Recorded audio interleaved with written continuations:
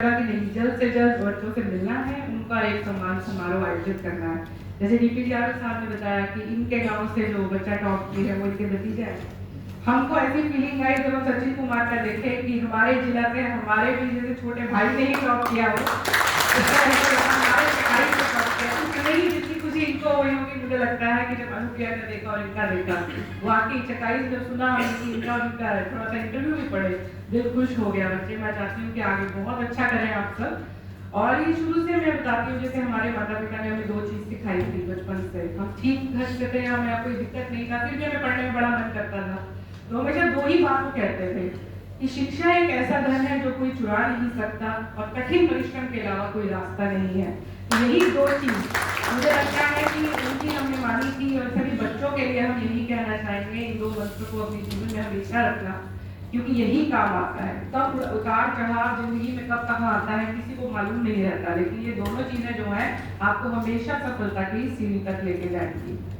और जैसे आज थोड़ा सा इनफॉर्मल हम अपना संबोधन करना चाहते हैं, बच्चों को कुछ कुछ बातें बताना चाहते हैं, जैसे जो हमें बड़ी काम आई, क्योंकि मुझे लगता है कि जो भी बच्चा यहाँ सुन रहा है किसको क्या बात घर कर जाती है, कौन कब आगे बढ़ जाता है। अपने अंदर की प्रतिभा को जानिए, ठीक है, जो आपको अच्छा लगता है वो करिए। आपसे ज्यादा आपके अंदर क्या आप शिक्षा में चाहते हैं, आगे क्या परीक्षा देना चाहते हैं, कोई आपको बता नहीं सकता। इसलिए मेहनत करते जाना है और जो पाने की इच्छा रखते हैं वो आपको जरूर मिलेगा, बस कठिन परिश्रम करते रहना है और मिलेगा।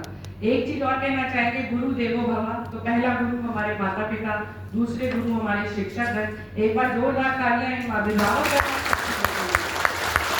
जिन्होंने इतनी मेहनत करके बच्चों को आज यहाँ तक इस मुकाम तक लाए हैं, क्योंकि उनके बिना हम कभी आगे बढ़ नहीं सकते। हमारे भी कुछ टीचर ऐसे हैं जो अपने पढ़ने का जो भी हमारा शैली रहा है, जो भी कुछ काम, सब उनको ही हम अपना डेडिकेट करते हैं।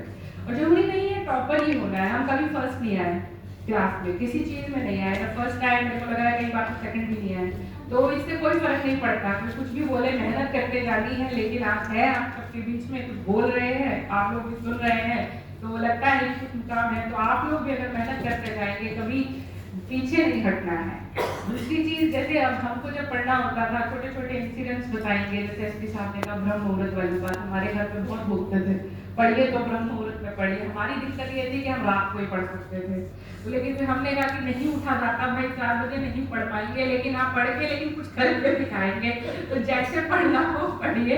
मेरा यही आग्रह होगा बच्चों से कि कभी हमें कुछ इसमें कभी निराशा नहीं लानी है, जो आदत है वो करना है, जैसे पढ़ना चाहते हैं पढ़िए, तो वो बड़ा रहता था हमें।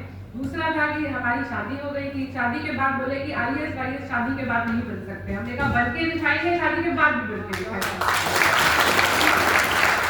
हम खुद ही करेंगे तो बात अलग है, पर लेकिन यही छोटी छोटी चीजें, जब छोटे थे 8 9 की बात है तो बोलते थे ट्यूशन पढ़े बिना अच्छे मार्क्स नहीं आते। हमने कहा नहीं पढ़ेंगे, हमको नींद आती है ट्यूशन जाकर, तो पढ़ेंगे, खुद से पढ़ेंगे और अच्छे नंबर भी ला के दिखाएंगे। मैट्रिक में भी हम अच्छे नंबर लाए थे।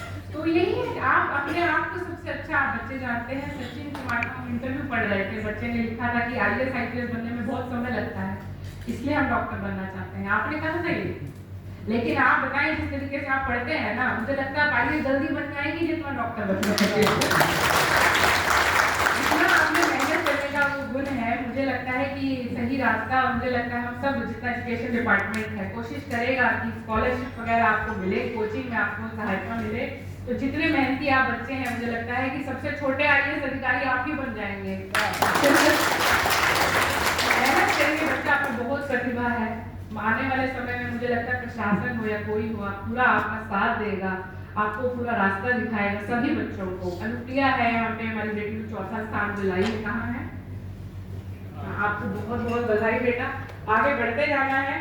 और किसी भी कभी ज्यादातर होता है लड़कियों का बड़ा माँ बाप सोचते हैं कि जल्दी शादी कर दो, ये कर दो, पढ़ाई में क्या रखता है, लेकिन नहीं, ये दहेज प्रथा के बिल्कुल खिलाफ रहना है। हमारी लड़कियां ऐसी होनी चाहिए कि ऐसे नंबर लाएं कि उनको कोई बोल रहा हो कि आपको दहेज चाहिए तो शादी कर ली। देखिए, हम ये लड़कियों को कई जगहों से मतलब थोड़ा और तकलीफ होता है, लड़के को तो ये है परिवार की जिम्मेदारी होती है, उसको पता है कि आर्थिक स्थिति अच्छी करनी है, लेकिन लड़कियों को आगे बढ़ाने के लिए उनके माता पिता से बहुत आग्रह करेंगे हम कि लड़कियों में बहुत प्रतिभा है। आज आप देख रहे हैं कि हर जगह जहाँ पर भी है लड़कियां ही टॉपर हैं, खूब उनको सपोर्ट करिए, उनको आगे बढ़ाइए। एक लड़की बढ़ती है तो पूरा परिवार आगे बढ़ता है। आगे हमें बस इन सबका साथ देना है और आगे बढ़ते जाना है। तो आज हम बड़ा ऑफिशियल संबोधन आप लोगों के लिए इसलिए दिए हैं कि जब भी कभी हार माने, क्योंकि देखिए अभी बहुत दिक्कत आएगी कि आपको लगेगा कि नहीं हो पा रहा। और आजकल तो जमाना ऐसा है, इसके साथ बिल्कुल सही कर रहे हैं कि बच्चे मोबाइल में बैठ रील बना रहे हैं, कोई डांस कर रहा है, कोई कुछ कर रहा है। बहुत अच्छी बात है, प्रतिभा है, सबको दिखानी चाहिए। लेकिन कई बार आदमी डिसएंगेज हो जाता है, सोचता है कि ये चक्कर में पड़े हैं, इतना मेहनत कर रहे हैं, सफलता तो मिल नहीं रही। जरूरी नहीं है आधा टॉपर बने हैं, किसी एक फर्स्ट ईयर होगा आपके कॉलेज का, सेकेंड ईयर, कभी कम नंबर भी आएंगे तो लगता है डिमोटिवेट होता है आदमी, लेकिन हिम्मत नहीं आती है। वो असफलता के बाद ही सफलता की सीढ़ी आती है, तो उसको पार करते रहना है। हमें भ्रमित नहीं होना है अपने रास्ते से। जैसे साहब बताए, एक तरह से कहते हैं ना, अर्जुन को मछली की आंख देखती थी, वैसे ही अपना लक्ष्य बना लेना है और उसको उसी को देखना है। आगे डिफरेंट बट कुछ मत देखिए। हम जब यूपीएससी का फॉर्म भरे थे, हमको बहुत बोले थे सब लोग कि बहुत मुश्किल है, इसको छोड़ दीजिए, स्टेट का भी भर दीजिए, लेक्चरर का भी भर दीजिए। हम कोई फॉर्म ही नहीं भरे, हम सिर्फ यूपीएससी का फॉर्म भरे। ये चलिए तो हमारा पर्सनल है, लेकिन हम मतलब बात बताना चाह रहे हैं, फोकस ऑन योर एम, अपने लक्ष्य के ऊपर अपना ध्यान दीजिए, एक डिसिप्लिन लाइए, अनुशासन लाइए, अपने गुरु की, अपने माता पिता की हमेशा इज्जत करिए। देखिए सफलता आपके अपने आप आपके कदम चुमेगी। आप सबको बहुत बहुत बधाई दोबारा से, बहुत बहुत धन्यवाद यहाँ आने के लिए। आज सभी बच्चे आए और हमारा आज जिला का संवाद कक्ष में आप लोगों के आने से आज एक रौनक लगा है। आप लोगों को भविष्य, उज्जवल भविष्य के लिए बहुत बहुत शुभकामनाएं।